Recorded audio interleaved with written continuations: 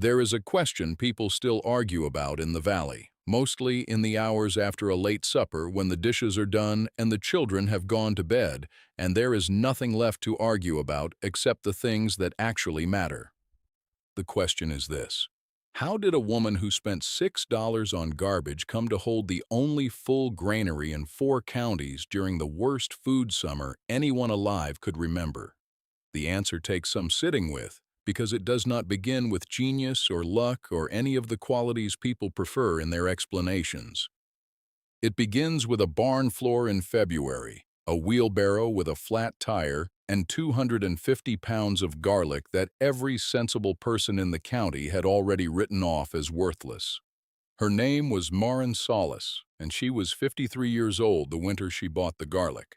She had been farming the same 12 acres on the east slope of the ridge since her husband died 7 years before, which is to say she had been farming it alone, which is to say she had been learning to read a piece of ground the way you learn to read a face, by paying attention to the things it does when it thinks no one is watching. She was not a dramatic person. She spoke in the economy of someone who had found that words cost more than people pretend and returned less than they promise. Her daughter had moved to the city. Her nearest neighbor was a quarter-mile of Frozen Creek away. She kept 2 dogs and a small flock of guinea fowl that served her as both alarm system and comic relief. And she had, on a shelf above the kitchen table, a water-stained cloth ledger that had belonged to her grandmother's grandmother, a woman who had farmed the same ridge 80 years before Marin was born and who had written everything down. Not recipes, not prayers, numbers mostly. Temperatures and planting dates and yields and the particular behavior of the soil in wet years versus dry ones, and now and then a sentence in a cramped cursive that read less like a diary entry and more like a dispatch from someone who expected to be disbelieved. The ledger did not look like wisdom. It looked like a very old piece of evidence. The garlic came from the distribution hub 40 miles south, where a produce broker named Callum Fitch ran the kind of operation that treated waste as an inconvenience to be minimized rather than a signal to be read. In January of that year, a refrigeration failure had left 400 pounds of seed garlic sitting at marginally warm temperatures for 10 days. It had sprouted, which in Callum Fitch's accounting made it unsellable. He listed it in his weekly clearance notice at 3 cents a pound and did not expect any takers. Marin drove 40 miles in a truck with a heater that worked only if you pressed your knee against the dashboard at the right angle, loaded 250 pounds of pale sprouted bulbs into feed sacks, handed Callum Fitch $6.50 in coins, and drove 40 miles home. Callum Fitch watched her truck disappear and then went inside and told his assistant that the Solis woman had finally gone around the bend. What she did next was the part people would later argue about most, because it looked, by every available measure, insane. She did not replant the garlic in rows. She did not replant it in beds. She planted it according to a system she had worked out over 3 winters of reading the ledger and cross-referencing it with a soil survey from 1952 and a set of hand-drawn water flow maps her husband had made in the years before his illness made cartography too tiring. She planted in a series of nested rings around the base of the eastern slope, each ring staggered in elevation by approximately 8 inches, so that the roots of the upper ring sat just above the capillary reach of the lower ring's moisture zone. She spaced the cloves further apart than any handbook recommended. She amended each planting hole individually with a teaspoon of wood ash and a pinch of dried kelp meal she had been rendering herself from a standing order with a coastal co-op for 2 years. She worked 14 hours a day for 9 days in February cold that left the ground hard at dawn and only barely workable by noon. She used a dibber she had made from a broken axe handle. She planted every single clove. Her neighbor to the north, a man named Gerald Webb, who ran 180 acres of conventional row crops and whose confidence in his own methods was total and cheerful and completely impervious to contradiction, came by on the 4th day. He stood at the fence line with his coffee thermos and watched her for a while and then said in a voice that was genuinely kind that sprouted garlic was not viable as a commercial crop, that the energy already spent in sprouting would have depleted the clove's reserves, and that she was essentially planting dead seed. He said he understood she had been having a hard year. He said if she needed anything, she should call. Marin pressed the dibber into the ground and said, without looking up, that she appreciated him stopping by. Gerald Webb stood there a moment longer and then went home and told his wife he was worried about the Solis woman. The ledger said the following, in the cramped cursive of a woman who had been dead for 60 years. Roots that have already begun know the direction. Maren had read this sentence perhaps 200 times. She did not find it mystical. She found it agronomic. A clove that has sprouted has already committed its energy to a particular vector of growth. It is not depleted, it is oriented. The question is whether the conditions you plant it into are consistent with the direction it has already chosen. If they are, it moves. If they are not, it stalls. Every failure of sprouted garlic that any handbook ever recorded had been a failure of alignment, not of the clove. This was Maren's working theory, developed over 3 winters of reading, and it could not be proven until the ground decided. The people of Kessler Hollow and the 2 settlements east of it were not unkind people. They were practical people in the way that farming communities must be practical, which means they evaluated plans by their likelihood of surviving contact with weather, market, and time. The consensus on Maren's garlic rings was that they would not survive the spring thaw.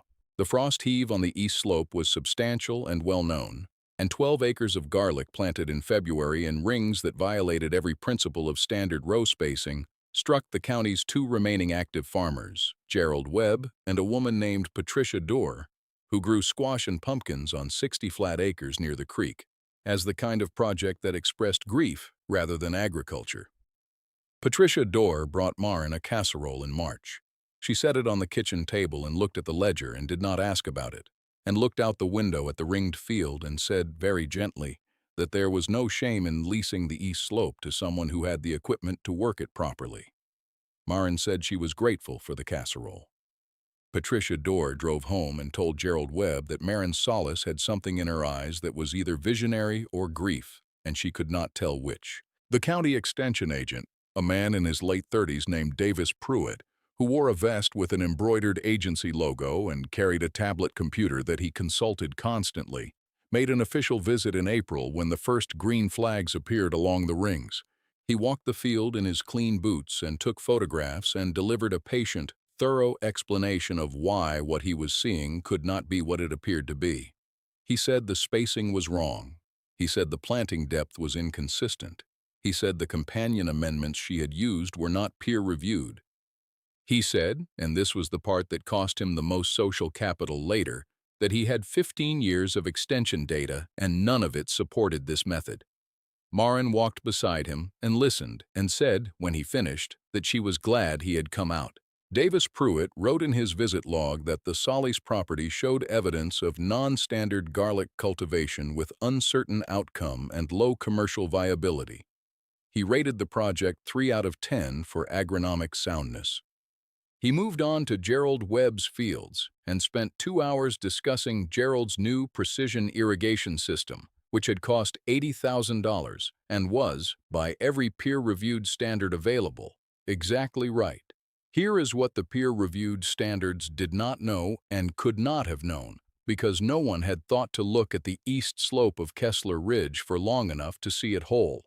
The ridge had a particular thermal behavior.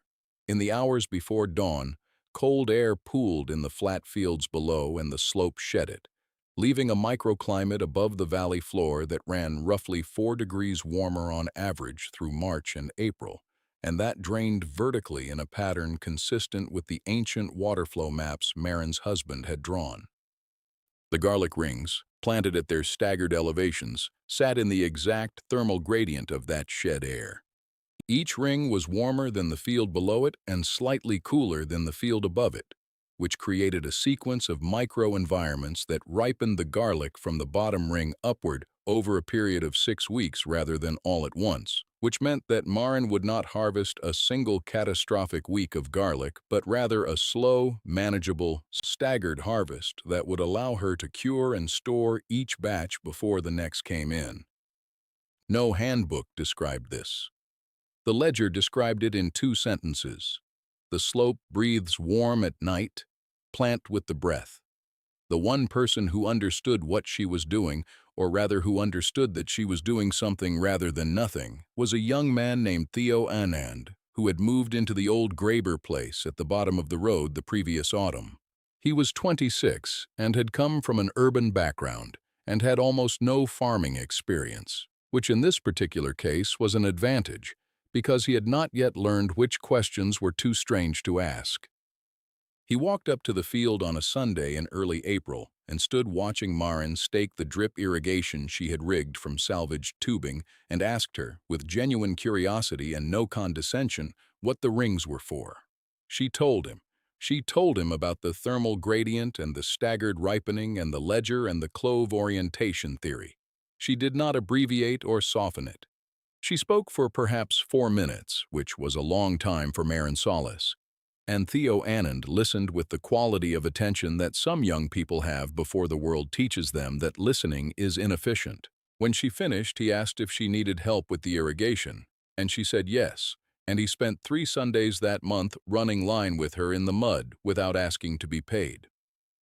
The months that followed had a quality that Maren found almost peaceful, though peace is not the right word for a season that consists primarily of vigilance and physical exhaustion. She checked the rings every morning before full light. She read the moisture at each elevation by pressing her palm flat against the soil, a technique from the ledger that she had initially thought was poetry and had come to understand was diagnosis. She noted the emergence dates in a new log she was keeping in a composition book, and the emergence was exactly as the ledger had predicted. The bottom ring first, then the second ring 8 days later, then the third ring after another 6, the green shoots rising in a slow sequence up the slope like a staircase being built from the bottom, one tread at a time. She did not tell anyone about this. There was no one who would have found it remarkable except Theo, who came by every Sunday anyway and could see it for himself. Gerald Webb had a very different spring. His precision irrigation system, which was calibrated for the flat field hydrology that every piece of its software assumed, had been installed by a regional contractor who had not accounted for the particular subsoil drainage pattern of Webb's North Quarter, which had a clay pan at 22 inches that the irrigation system's moisture sensors were positioned above rather than below. The system read the soil above the clay pan as adequately moist, and the roots below the clay pan were drought-stressed for 8 weeks before Gerald noticed the canopy color changing. He called the contractor. The contractor called the software company. The software company sent a technician. The technician recalibrated the sensors and issued a revised moisture schedule and charged Gerald Webb $6,000 for the service call, which Gerald Webb paid without visible distress because his operation was large enough to absorb it, and because his confidence in the system, while briefly shaken, was restored by the competence of the technician and the precision of the recalibration. He drove past Maren's field on his way to Patricia Doerr's annual planting party and noted that the garlic rings appeared to be growing and felt, briefly, something he could not name, and drove on. The summer that year was strange.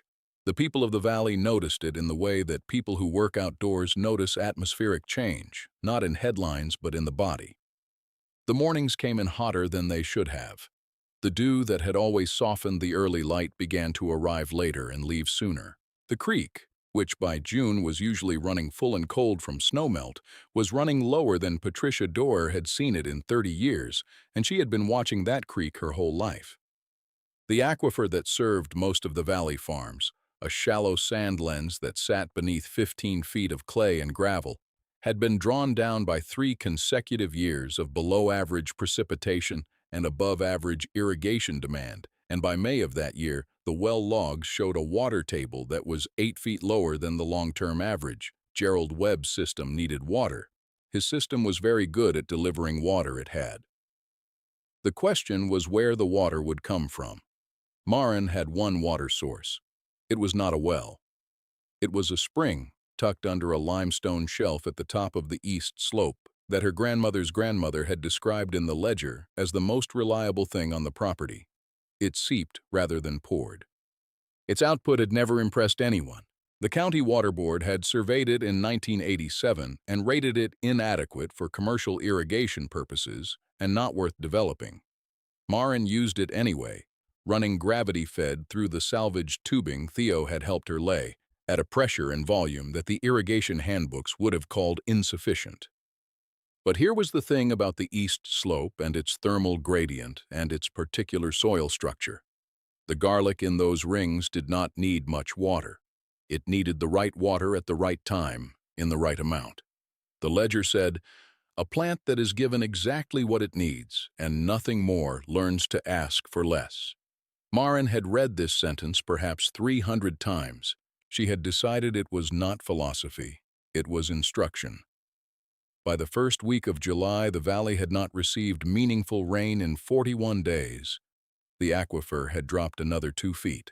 Gerald Webb's precision irrigation system was drawing water from a well that was running at 60% of its rated capacity and was consuming electricity at a rate that was producing a monthly utility bill of $11,000. His canopy looked fine. His numbers looked less fine. Patricia Dorr had lost her squash to a combination of drought stress and a secondary fungal infection that thrives in hot, dry conditions, and she was calling it the worst season of her farming life. The County Extension Service issued a drought advisory. Davis Pruitt drove the valley in his agency truck and took photographs and updated his tablet and scheduled an emergency information session at the community hall for the 3rd Thursday in July. He put up flyers at the feed store and the post office and the gas station that served the eastern settlements. He did not drive past Maren's field. She had begun harvesting the first ring the last week of June, exactly as the staggered schedule she had calculated from the emergence dates had predicted. The bottom ring bulbs came out clean and hard and white-papered, each one carrying a full complement of cloves with the dense specific weight that means the garlic has not been rushed. She laid them on the drying racks Theo had helped her build from salvaged lumber, under the overhang of the barn where the air moved, but the direct sun did not cook them. By the time the second ring was ready, the first ring was cured and bagged, 60 pounds of it, and she had started on the braiding for the portion she planned to sell at the market. The third ring came in 8 days after the second. She was never swamped. She never lost a bulb to the heat because no single ring produced more than she could handle in a day's work. The stagger, the whole strange engineering of it, had taken the harvest and made it human-sized. The night of the 3rd Thursday in July was 91 degrees at 8 in the evening. Davis Pruitt set up his projector in the community hall and showed the aquifer data on a screen and explained, in clear and organized language, that the valley was in the 3rd month of a critical drought that could not be resolved by conservation measures alone, and that several operations were at risk of losing their crops before September. He presented 3 options: emergency water purchase from the municipal system at rates that would strain most farm budgets, voluntary fallowing of low-priority fields with county compensation, or continued irrigation from the failing aquifer with the expectation of a partial crop at best. Gerald Webb sat in the front row and asked questions. Patricia Dorr sat beside him and said very little. Theo Anand sat in the back and thought about Maren, who was not there because she was doing the arithmetic on her 3rd ring yield and did not need the meeting. Then August came like a verdict. The aquifer dropped 3 more feet in 3 weeks, which was not supposed to be possible, which was what the technician said when Gerald Webb called him, and which was nonetheless what the well log showed. 3 operators in the eastern settlements lost their irrigation entirely when their pumps began pulling air. Gerald Webb's system limped along at 40% capacity, and his winter squash, which he had planted late on the strength of a favorable price forecast, was showing heat stress on every leaf. Patricia Dorr made the decision in the first week of August to let her remaining acreage go dry and salvage what she could. She was 61 years old and had never walked away from a crop before, and she did it with a stillness that her husband said was worse to watch than crying. Davis Pruitt issued a second advisory. He updated his visit log, and up on the east slope of Kessler Ridge the spring seeped. It had been seeping for perhaps 10,000 years, issuing from the limestone at roughly 3 gallons per minute, regardless of what was happening in the Sand Lens aquifer 50 feet below the valley floor, because it was not connected to the Sand Lens aquifer. It came from a fractured limestone formation that sat in a different hydrological system entirely, one that recharged from the upland plateau 2 miles east of the ridge and had a recharge path that took approximately 8 years, which meant that the water seeping through Moran's gravity-fed tubing in August had fallen as precipitation on the plateau in the early years of the decade when everyone was arguing about whether the drought was temporary. The ledger had not known this. The ledger had only said, "The spring has never failed." Maren had taken this as evidence, not as poetry, and she had organized her entire operation around the assumption that it would not fail now. It did not fail. By the second week of August, Maren's fourth and fifth rings were coming in. She was harvesting in the early morning when it was coolest, working alongside Theo, who by this point had established a reliable Sunday habit that had quietly expanded to include Wednesdays and now most mornings when his other work allowed. They spoke little while they worked. They had developed the vocabulary of shared physical task, which consists mostly of gesture and timing and the particular satisfaction of two people whose movements have learned to account for each other. The barn was full of curing garlic in ranked rows. The smell of it was extraordinary. The guinea fowl, who had decided the barn was more interesting than the field, had to be relocated. Maren's composition book showed a running tally of yield by ring, and the number growing at the bottom of each column was larger than she had allowed herself to hope for in February. Gerald Webb came on a Tuesday. He drove up the ridge road in his truck with the kind of slowness that is not caution, but rather the pace of a man organizing what he needs to say before he arrives. He parked at the gate and stood there long enough that Maren saw him from the field and walked over.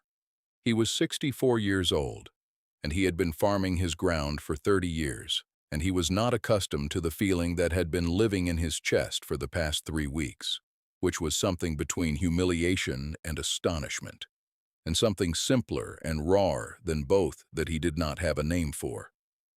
He looked at the barn, and the curing rows he could see through the open doors, and the sixth ring coming green and full on the upper slope where the morning air was still warm from the night's shed cold, and he said that he owed her an apology. He said he had been wrong, and he had said so in a way that must have been discouraging, and he was sorry for it. He said this carefully, and it cost him something visible. Maren looked at him for a moment. She did not feel the satisfaction she had once, in darker hours of the February cold, imagined she might feel. She felt tired mostly. She felt the specific tiredness of someone who has been right about something difficult for a long time without any comfort from the rightness of it.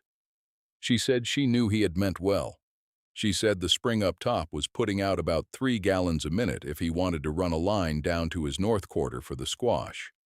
She said she had extra tubing. Gerald Webb stood there and blinked and then said he would need to think about what that offer was worth to him, and she said it was not worth anything. It was just water. The spring had more than she needed. He looked away for a moment and looked back and said, "All right." The information session Maren held at the end of August was not called an information session. She called it, in the handwritten note she put up at the feed store and the post office, a garlic walk, and she said there would be food. 41 people came, which was more or less everyone from Kessler Hollow and the 2 eastern settlements who was still farming or thinking about it. She walked them up the rings in the early morning light.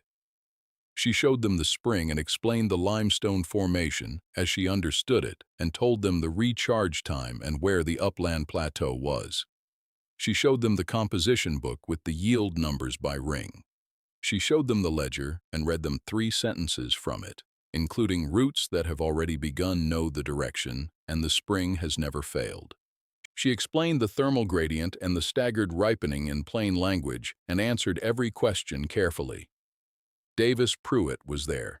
He took notes on his tablet. He did not say anything about peer review. At the end of the walk, she opened the barn and showed them the stored garlic and said she had more than she could sell before it needed to go into the ground again, and that anyone who wanted seed stock could take it at cost, which she calculated at 12 cents a pound, which was roughly what she had paid Callum Fitch.